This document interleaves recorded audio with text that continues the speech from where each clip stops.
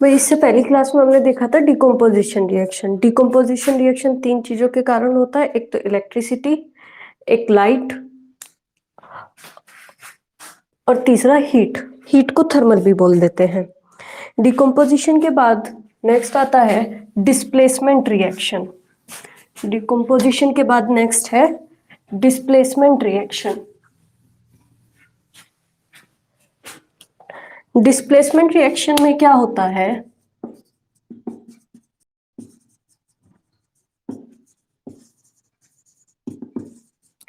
Displacement reaction को simple सा इतना याद रखना है कि डिस्प्लेसमेंट रिएक्शन में मोर रिएक्टिव एलिमेंट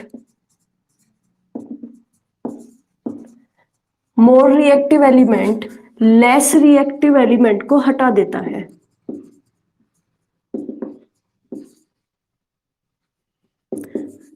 डिस्प्लेसमेंट में क्या होता है कि मोर रिएक्टिव एलिमेंट डिस्प्लेस कर देता है किसको, लेस रिएक्टिव एलिमेंट को। ठीक है, इससे पहले हमने देखा था डिकम्पोजिशन। डिकम्पोजिशन के बाद कौन सा है, डिस्प्लेसमेंट। डिस्प्लेसमेंट में क्या होता है कि more reactive element less reactive element को हटा देता है, डिस्प्लेस कर देता है। अब कैसे पता चले कि मोर रिएक्टिव कौन सा है, लेस रिएक्टिव कौन सा है? जैसे मैंने एक इक्वेशन लिखी CuSO4 यानी कॉपर सल्फेट प्लस Fe, तो इसमें कॉपर और Fe दो एलिमेंट दिखाई पड़ रहे हैं, एक तो कॉपर है भी मेटल और एक Fe है। तो इसमें Fe यानी आयरन जो है ज्यादा रिएक्टिव है कॉपर से, तो ये क्या करेगा, कॉपर को डिस्प्लेस कर देगा। क्यों? क्योंकि Fe क्या है, मोर रिएक्टिव है। तो क्या बनेगा, FeSO4 प्लस Cu। क्या बनेगा, FeSO4 प्लस Cu। जैसे एक और देखो कि अगर CuSO4 प्लस एल्यूमिनियम हो, तो भाई aluminium is more reactive than copper, तो क्या बनेगा, Al2SO4 का होल थ्राइस प्लस Cu। यानी क्या होता है कि more reactive element less reactive element को हटा देता है। पहला पॉइंट तो सिंपल सा ये है। अब कैसे पता चले कि दो एलिमेंट में से मोर रिएक्टिव कौन सा है और लेस रिएक्टिव कौन सा है? तो इसके लिए एक छोटी सी रिएक्टिविटी सीरीज हमें याद रखनी पड़ेगी। क्या याद रखना पड़ेगा, एक छोटा सा रिएक्टिविटी सीरीज इसमें हमें याद रखनी पड़ेगी। रिएक्टिविटी सीरीज में हम एलिमेंट्स को घटते क्रम में लगाएंगे, यानी सबसे पहले ज्यादा रिएक्टिव, फिर कम, फिर कम, फिर कम, फिर कम। सबसे ज्यादा रिएक्टिव एलिमेंट की अगर हम बात करें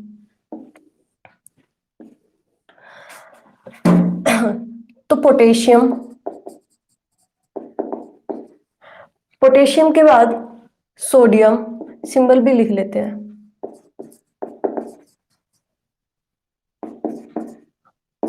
calcium, magnesium, aluminium, zinc, iron, lead, hydrogen, copper,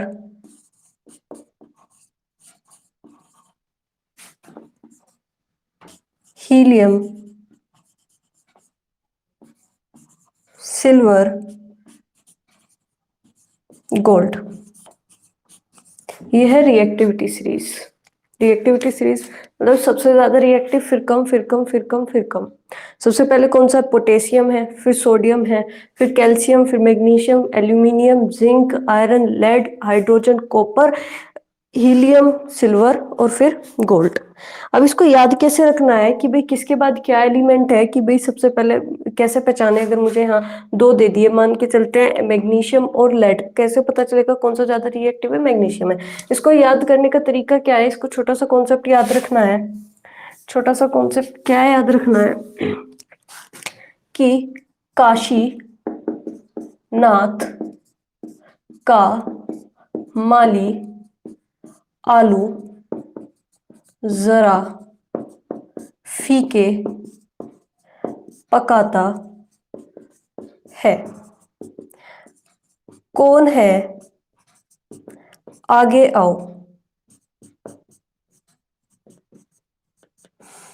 तो काशी यानी के पोटेशियम, एन ने यानी एन सोडियम, का कैल्शियम, मैं मैग्नीशियम, ए एल्यूमिनियम, जे जिंक, फी एफी, पै से पीबी, है से एच, कै से कॉपर, है से ये हीलियम, हीलियम यानी एच जी, आगे से एजी, आओ से एयू। तो सबसे पहले कौन सा है, पोटेशियम है, फिर सोडियम, फिर कैल्शियम, फिर magnesium, aluminium, zinc, iron, lead, hydrogen, copper, helium, silver और गोल्ड। ये है रिएक्टिविटी सीरीज, यानी सबसे ऊपर ज्यादा रिएक्टिव और फिर लेस रिएक्टिव। डिस्प्लेसमेंट में क्या होगा, मोर रिएक्टिव लेस रिएक्टिव को डिस्प्लेस कर देगा। जैसे एक दो इक्वेशन हम इसमें देखना चाहें, मैंने बोला एक इक्वेशन लिखी मैंने, CuSO4 प्लस Zn। तो भाई यहाँ पर कॉपर दिख रहा है और यहाँ जिंक दिख रहा है, तो देख लो भाई कौन सा ज्यादा रिएक्टिव है, जो जितना ऊपर वो उतना ज्यादा रिएक्टिव।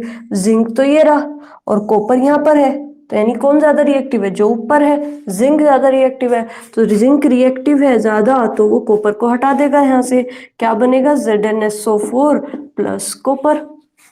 ओके, जैसे एक और देखो, CuSO4 प्लस मैग्नीशियम, तो magnesium is more reactive than copper. Magnesium देखो ये रहा, कॉपर यहाँ पर है, तो मैग्नीशियम ज्यादा रिएक्टिव है, तो क्या बनेगा, MgSO4 प्लस Cu। ठीक है, एक और देखो, CuSO4 प्लस Fe। अब यहाँ पर क्या दिख रहा है, कॉपर दिख रहा है और एक आयरन दिख रहा है, तो आयरन कहाँ पर है, यहाँ पर ये रहा आयरन और ये रहा कॉपर, तो आयरन और कॉपर में ऊपर कौन है, आयरन है, तो यानी आयरन ज्यादा रिएक्टिव है।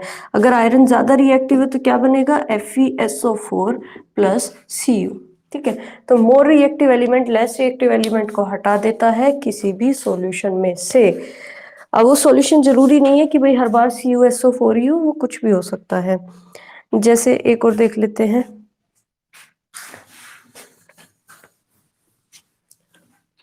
जैसे मैंने बोला CuCl2 प्लस Pb, Pb मतलब लेड।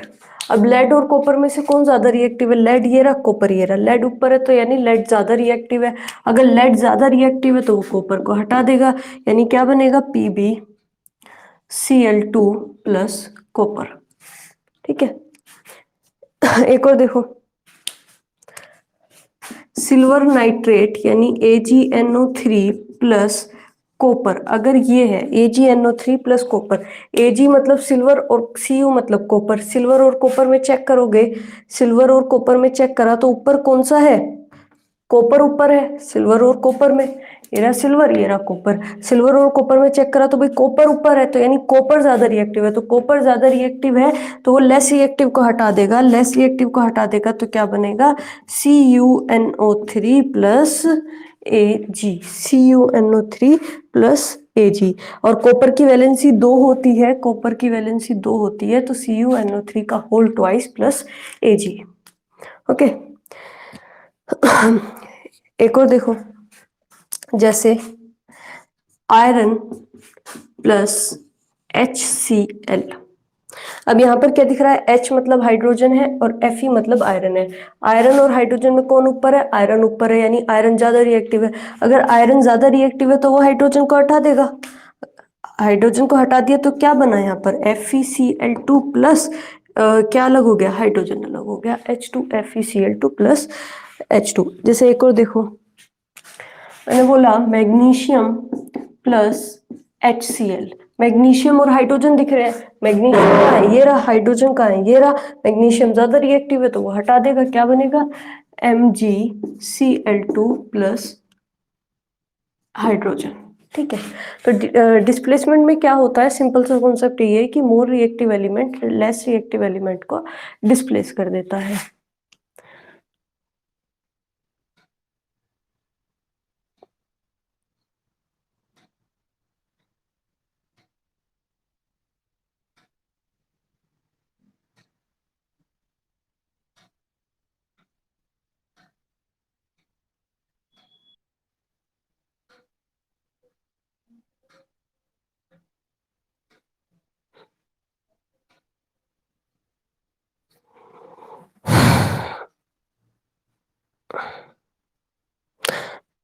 क्वेश्चन नंबर 14, 15, 16 ये तीनों पेज पे जो क्वेश्चंस है ना वो अब तक के जितने भी टॉपिक हुए हैं उनसे हो जाएं ऐसे हैं।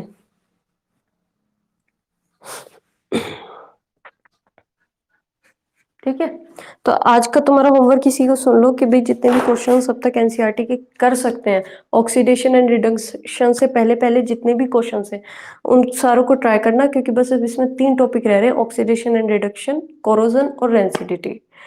इसके बाद 1-2 दिन इसके एनसीईआरटी के क्वेश्चन या प्रीवियस ईयर क्वेश्चन को देने पड़ेंगे, क्योंकि ये चैप्टर थोड़ा सा ऐसे टिपिकल चैप्टर है, सिर्फ एक बार पढ़ लेने से नहीं आता, क्योंकि कॉन्सेप्ट बड़े आसान आसान से हैं। जैसे डबल डिस्प्लेसमेंट को समझोगे तो उससे इतना सा चलता है कि भाई ये एलिमेंट्स अपने प्लेसेस चेंज कर लेंगे, है नहीं, बट इतना आसान होता नहीं, क्योंकि ये वैलेंसी तुम्हारी दिक्कत करेगी फिर इसमें। और ये वाला क्वेश्चन आया हुआ है 2018 में एग्जाम्स में आया हुआ क्वेश्चन है ये, और उसमें इतना आसान नहीं दे रखा, उसमें बकायदा लिख के दे रखा है कि व्हेन लेड नाइट्रेट, क्वेश्चन कुछ ऐसे है, व्हेन लेड नाइट्रेट, तो तुम्हें मालूम होना चाहिए लेड नाइट्रेट क्या है, तो तुम्हें ये भी मालूम होना चाहिए PbNO3 का होल ट्वाइस होता है लेड नाइट्रेट। हालांकि एग्जाम्स में लिखकर दे रखा था ब्रैकेट में लिखकर दे रखा था कि Pb सेकंड NO3, ऐसे ब्रैकेट में, when lead nitrate react with potassium iodide gives potassium nitrate and potassium iodide, ऐसे लैंग्वेज में क्वेश्चन दे रखा था ये, जिसकी तुम्हें ये रिएक्शन लिखनी थी। तो लेड नाइट्रेट Pb सेकंड का सेकंड NO3 सेकंड का मतलब ये है कि NO3 पे 2 चढ़ाना है, PbNO3 2 चढ़ाना है। रिएक्ट विद पोटेशियम आयोडाइड, तो पोटेशियम के आयोडाइड यानी iodine Ki gives potassium nitrate यानी KNO3 प्लस लेड आयोडाइड यानी PbI2। तो इतना कॉन्सेप्ट अपना आना चाहिए, तो ये तभी आता है जब क्वेश्चंस की प्रैक्टिस करते हैं। ठीक है, आज हमने 2 टॉपिक देखे, एक तो डिस्प्लेसमेंट और एक देखा डबल डिस्प्लेसमेंट। यहाँ तक एनसीईआरटी के जितने भी क्वेश्चंस कर सकते हो उनको करना है साफ साफ लिख के, है नहीं, हवाबाजी में नहीं कि हाँ ये अपना आता है नहीं आता, लिख के कर लेना उन्हें। ठीक है।